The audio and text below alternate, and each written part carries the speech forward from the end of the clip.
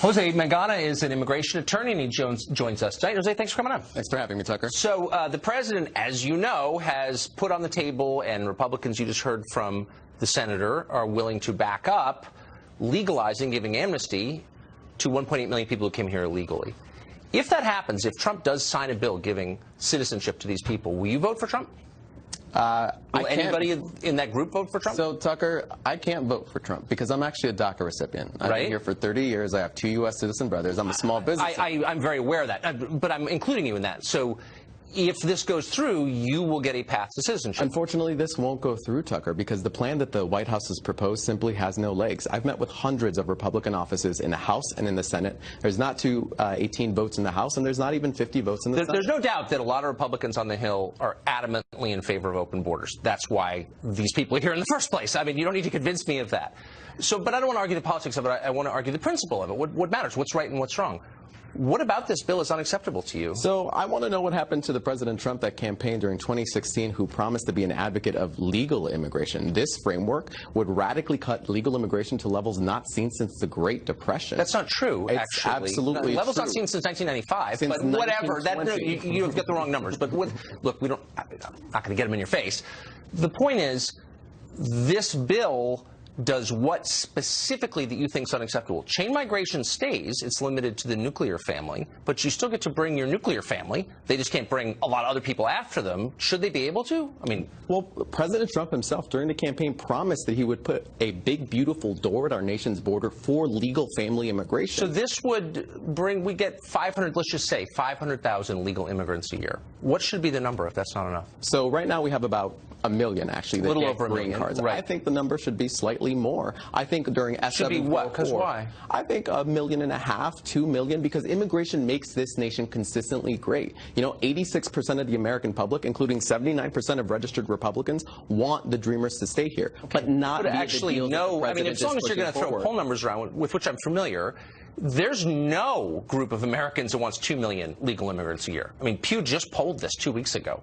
People want less legal immigration. But whatever. 86% want the DACA recipients to stay, but not under the deal that the president has proposed. And that's bad. Why? He's giving citizenship to people who came here illegally, 2 million of them, and that's racist because why? Exactly. No, I'm serious. Like, what specifically? The president has had an opportunity to make a bipartisan deal on this, but he rejected the Graham-Durbin proposal, which would end the diversity visa, reduce family immigration, and fund the wall with billions of dollars. Look, please don't get political with me. I just want to talk about the policy. Like, what about this specifically? So this would prevent people from bringing their relatives who aren't part of their nuclear family. Do you think that people should be able to come here legally, get amnesty, citizenship, and then bring who? Grandparents, uncles, cousins? Like, what do you want specifically?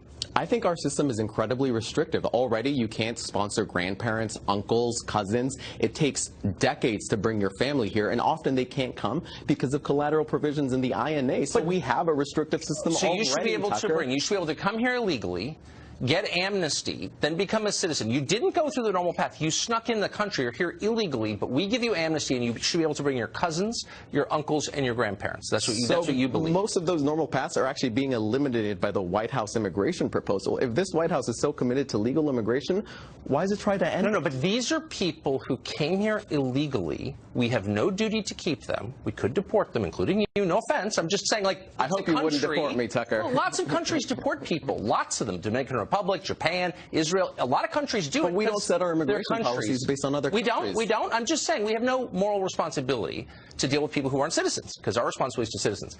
So people sneak in here. They're here illegally. We give them citizenship, and it's immoral not to let them bring not just their parents and their siblings, but their grandparents, their uncles, as you said, and their grandparents. That's your position. So this proposal actually would affect even individuals who come to the United States legally and want to sponsor their family. I thought the Republican Party was all about family, but this essentially makes it easier to break families apart. Well, but you don't have to come here if you don't want. I don't know if you knew that. You don't actually, it's our country, and you don't have to come if you don't want. It's my country too, Tucker. No, I don't think it is, because I don't think you're a citizen, are you? I'm not, but I've been here for 30 years. Actually. I own property in D.C. I have 2 degrees. I am a small business owner. You want to kick me out, Tucker? The basis of a country is citizenship. It's something against you personally. It just has to be that way, or else it's not a country, right? Do you understand Absolutely. that? So let's create additional legal channels for people to be able to bring their close How about we family decide and who get that comes? citizenship? How about we don't let people who come illegally bully us into bringing their relatives? How about we as Americans decide who makes the cut and who doesn't? Actually, we already did. Congress did that over the course of the last 100 years, has established a firm family immigration system. Thanks. We're trying to dismantle thanks for now. a bipartisan effort to bring in cheap labor. Thank you, Jose. Good to see you. Thank you, Tucker. It's always a pleasure. Good luck, Stan. Immigration is starting to dominate debate in the U.S. Senate. The majority leader of the Senate, Mitch McConnell, is allowing free debate on the floor. He hopes that will result in a deal that can reach the president's desk and get his signature. Senator David Perdue is a Republican from Georgia. He's the co-sponsor of a newly introduced Secure and Succeed Act. It basically reflects the immigration priorities the president laid out in his State of the Union address. A path to citizenship for 1.8 million dreamers, coupled with $25 billion for border security, a wall, lower family-based immigration, and an eventual end to the diversity lottery. Senator Perdue joins us tonight. Senator, thanks for coming on. Thanks for doing this. So this is a question that just dawned on me because I'm a little slow. I thought this was a debate about DACA, which is like 600, 700,000. And then the president's talking about legalizing 1.8, 2 million. Where did the extra people come from? Well, this started several weeks ago. Actually started a year ago when Tom Cotton and I, and you've been on your show a couple times about that. We started a year ago talking about we have an opportunity to fix the immigration system. And when the president decided a couple months ago that he wanted that Obama had done the incorrect thing by the executive order regarding DACA, then he moved and said he's going to put that back on the plates of Congress. And so that's where we are. So we've been working feverishly to follow up on his agenda that he laid out several weeks ago in the White House when we had Democrats and Republicans in the White House talking about how to fix this immigration system on the legal side, the legal immigration system. So and that's where we are. If we legalize 1.8 million, put them on a path to citizenship and voting, how can we be sure it stops there? Previous amnesties have drawn a lot of other people. How do you stop it at 1.8? Well, first, this is not an amnesty. And second of all, if that's all you did, you would not end this How is it not an amnesty? Well, because these are people that have not actually violated the law. But here's the issue. The issue is the president made a bold move. He put this out as an offer if and only if he gets the 4 facets of this framework that he laid out. And that includes the end of diversity lottery, end of this linked chain migration that we have, and border security. So those are things that would preclude us from being back here again in just a few years. Right. So this is, to immigration hawks, this seems too moderate. But to a lot of Republicans in the Senate, it seems it's too fierce. Can you get united Republican support for this? Well, we're finding out right now. But this is a bill that is supported by the American people. 2/3 of Americans want to end the DACA situation. They want to end it. They also want border security, end of chain migration, end of diversity lottery. 71% believe immigration should be based on the worker, the immediate family, and the spouse alone. And so this president has reached out and has got a bill, or we've got a bill that the president will sign into law and actually will assure us from being here again just in a few short years. So who would, among Republicans, who would vote against this, and on what grounds? On what grounds could a Republican be against this bill? Well, some people will say, well, we don't support a pathway to citizenship. Well, this is a price to pay to end this nonsense right now and to get to a solution that will keep us from being here in just a few short years. Most of the Republicans that I know will back this bill the way we have it. You get any Democrats? Well, we hope so. We're going to find out. It'd be really interesting to see if they'll vote against this solution, what they've called for before. The interesting thing right here is that over the last 30 years, Democrats in different forms have actually asked these same facets that the president has outlined in this framework. As early as in the 90s, Barbara Jordan headed up a commission that Bill Clinton received that called for an end to chain migration. Of course. I get the noted white supremacist Barbara Jordan. It's ridiculous. Senator, thank you. Yeah, thank you. Good to see you. Billionaire and far-left patron George Soros was in Davos last week, of course.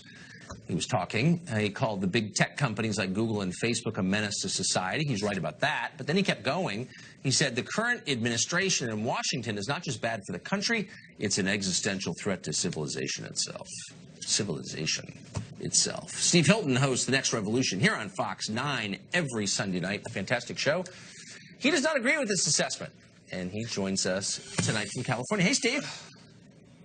It's just so laughable. Look, we both agree with Soros that the tech companies are a menace to society, but he forgot to tell us that he invested in the tech companies.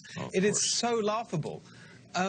the things he said was so offensive to me. I can get away with this because I, like George Soros, am a Hungarian. So yes. I can call him a Hungarian hypocrite, not just for the fact that he criticizes the tech companies while investing in them. He went on about gambling while back in the UK, when I got my start in politics, he made his billions gambling in the foreign exchange markets, which crashed the economy and caused untold misery for millions of people.